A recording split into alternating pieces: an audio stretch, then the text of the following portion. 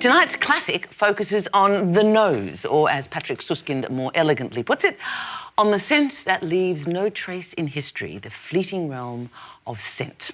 Jean-Baptiste Grenouille is born with no scent of his own, but an extraordinary sense of smell. He's abandoned as a baby on the filthy streets of 18th century France. He grows up to become a master perfumer who will kill and kill again in his quest for the perfect scent. Published in the mid-80s, Perfume was both a debut and an instant success. Though, interestingly, the author has refused all prizes. He never grants interviews. All very intriguing. Hannah, why did you love this? Why did you choose this for us? I just think it's just... I read this probably when I was about 16 or 17, and I just remember reading the first couple of pages and thinking, what story is this? The premise is so outlandish, really, when you think about it, but you read it and you have that immediate suspension of disbelief, and then it's just this gloriously sort of sensory novel. I just love the sort of almost grotesque detail in it.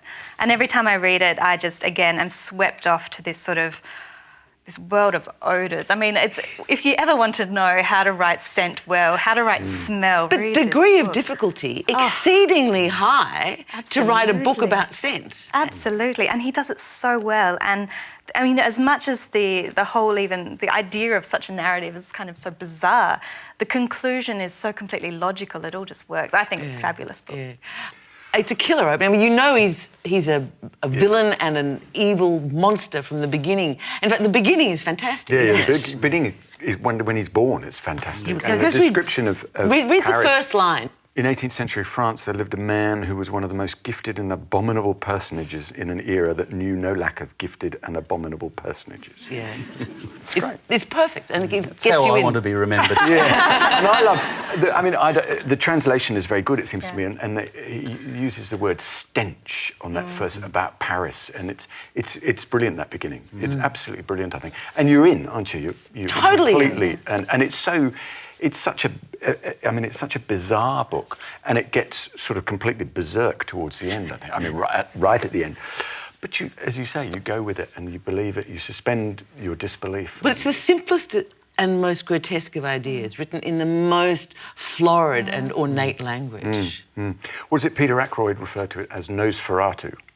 Yeah, it's like a scratch and sniff book, isn't it? You can smell it the whole way through. It's ridiculously grotesque. I mean, it is an absurd, hilarious book. It did make me think that the writer doesn't like human beings very much either. He can write about them quite cuttingly, quite often. You do get a sense of kind of truth bubbling away in a kind of Vonnegut sense of that disgust at wider society. But he's such a fabulous, absurd, revolting villain. I mean, the ending to me, it feels like a book that didn't know how to end.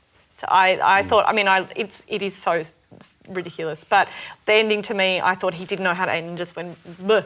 So I didn't love the ending as much, but gee, I enjoyed it, if that makes sense. Yes. What, you found it credible that this man might pursue a whole I don't castle know. of virgins I and was kill them, hoping but he'd not... find a woman with no scent and they'd have and he'd go, oh, I do know how to love. I've got to stop killing people. But I've got the sentimental ending. I actually don't think there is a way to end the book. I mean, that's the problem, is that he builds you up to such a kind of orgiastic, literally climax. By the that end of you the just... book, he's a god. So what are you going to do with him? Yeah. What did you enjoy it? Well, when I was very young, I made a pact with myself that whenever a protagonist of a novel I was reading took to a cave voluntarily to live by himself for 7 years, eating only bats and lizards, I would throw that book in the bin and not finish it. But very specific, up until now, I've Stuck to you. stuck to that pact. What's the problem with that premise? Well, it gets boring, quite frankly. But anyway, this time when our friend Grenouille took to his cave for 7 years and ate only bats and lizards and spoke to no one else, I pressed on because I said, Jen needs me. So Thank you, Anderson. it's okay. I appreciate that. No, it's a wonderfully bizarre book, beautifully written. The first few pages, when I realised he was going to try and recreate 18th century France just using smells, you know, the scenery is going to be all smells, the buildings are smells, the people's moods are smells, the people are smells. I thought, this is a really good idea, good trope, but you won't get away with it for long. You know, you'll run out of steam. But he never does. The book is as wonderfully noisome at the end as it is at the beginning. And for its language alone, it's a wonderful read. I think its problem is, same as a lot of novels have the same problem, is that when you have a sociopathic protagonist, it's the same problem with the Bible, actually. When you have a sociopathic... the Bible? Yeah. When you have a sociopathic protagonist, it's hard for people to empathise with him. So Grenouille is our fellow traveller in this book, but you can't care about him. Well, that's what I wanted to ask you. Did anyone have a bit of skerrick of sympathy for him? Because he's clearly a none. villain. The thing is that even the moments that you try to, because there is a portrait, you understand how he's come to this, you start going, oh, and then the writer goes, yes, in case you didn't remember, he's a scabby, disgusting. Like, the writer keeps telling you what a horrible filthy Remember the animal he is. carbuncles. Yeah. The writer won't give him any joy at all. Yeah. Did you have a bit of sympathy? I did early on. Because he had a pretty tough upbringing. He had a pretty tough upbringing.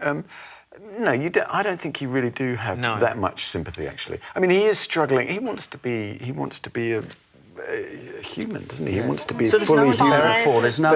You don't have skin in the game. It's like going to see a game of football where you don't barrack for either team. It might be a wonderfully literary, athletic event, and this is, but you just can't emote. Oh, but I think that's no more than Dr. Jekyll and Mr. Hyde, or the vampires, or I mean, he's a gothic monster. You're not meant to sympathise. Yeah, he's out of a Grimm's fairy tale. In many ways, he's a two-dimensional character. You don't need to empathise with him or even feel sorry for him. Maybe you can admire him a little, because I guess maybe...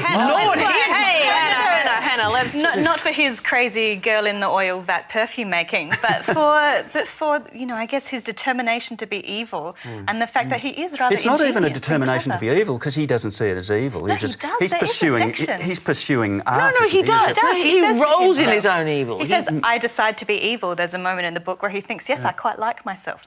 I think he's the sort of the imprimatur of an artist, just pursuing his art. And artists, in pursuit of excellence or genius, do become somewhat sociopathic, I think. Can I point out the obvious also, that it is exceedingly funny yes, at all points? For a book with so much ugliness in it, it's very funny. I mean, the characters that he, not only himself, but the characters he has the misfortune of coming into contact with, who all exploit him, who beat him, who hurt him, who take advantage of him. They all die. That's all. Well, spoiler alert. Well, everyone dies. But it is it's like such a romp. It's like that, the lamest master of the house. But that's the sort of, it's that kind of, elbows out. Dickensian. Yes, it is. Most of the posts we got on Facebook, everyone referred to, a huge favourite. People loved it. But it was always often accompanied by a bit weird, rather creepy, kind of extraordinary, rather disturbing. So, be warned,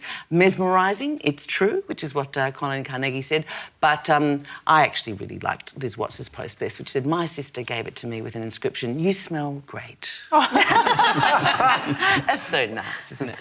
And that is our show for tonight. A big thanks to our guests, to Anson, to Marique, to Jason and to Hannah. Thank you for bringing us that.